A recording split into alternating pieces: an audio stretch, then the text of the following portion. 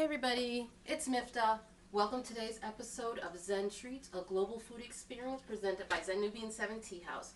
I just got done walking with the dog, Black Bean. So first thing I want to say is just make sure you move every day, go for a walk. If you don't have a dog, get somebody's dog.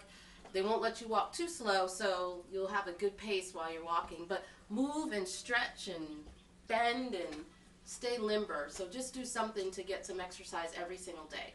I'm excited about what we're going to make today. We are going to make mango curry chicken, but not really chicken. You can either use wheat gluten if you're not allergic to gluten or have a wheat allergy, or you can use tofu. A great trick about using tofu to get a meatier texture to it is when you buy it, pop it in the freezer. Once it's frozen, just put it back in the refrigerator and let it thaw out at its own pace. And it gives you a denser, chewier texture. And tofu is great because it's going to absorb the flavors of whatever you're cooking with it. So as I said, we're making mango curry chicken. And I'm really excited about the ingredients because they're some of my favorites. Mango, of course. I'm going to use a mango puree.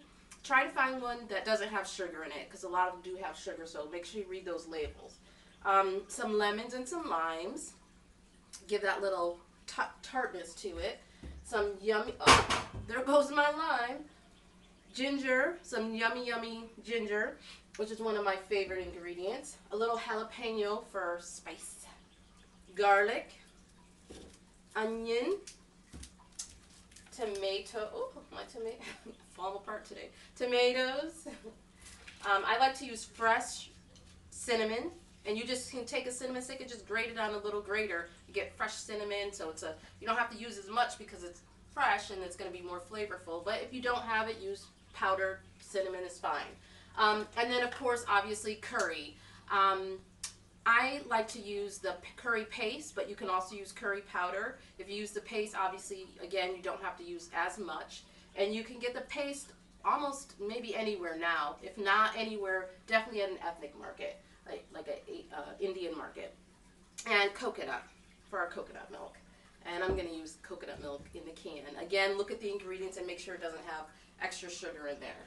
So let's get started on this. It's an easy recipe. You're going to take your mango puree and all the ingredients that you see here. You're going to saute them together in a pan, and you're going to let it simmer for about 20 minutes or so.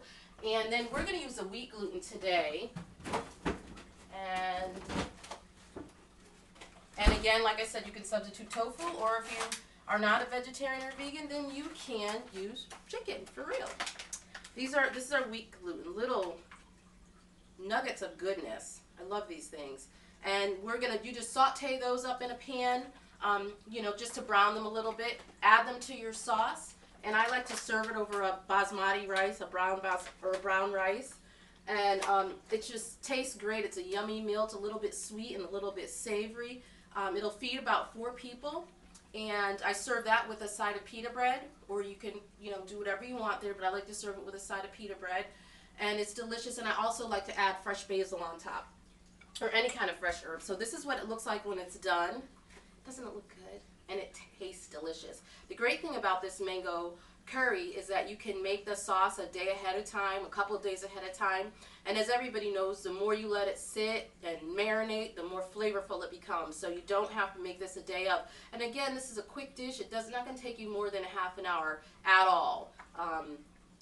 It's a quick dish, and the children will love it. Everybody's going to love it. It's a yummy meal. And any kind of fresh herbs you do. If you don't like basil, don't use basil. You can use any fresh herbs on top. Mint is great with it.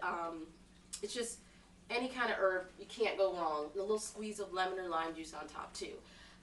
So that's this recipe. Again, go to our blog, zennubian.wordpress.com, for the full recipes with your measurements. And you'll have everything you need, and then of course a picture for presentation. Always try to make a nice presentation for your family and your friends. Tomorrow we are going to I would like to make some of our smoothies. At zennubian 7 Tea House, we are known for several of our smoothies were super popular, so I want to recreate a couple of those. The smoothies are great for energy. It's a great way to get your fruits and veggies without chomping on them if you don't want to, and it's just a great way to get all those ingredients. If you're not hungry, it's a great fill you up. We always like to add some wheatgrass or some spirulina or a green product to it to give you those extra nutrients, because everyone knows how great wheatgrass or spirulina is for you and give you some added nutrition.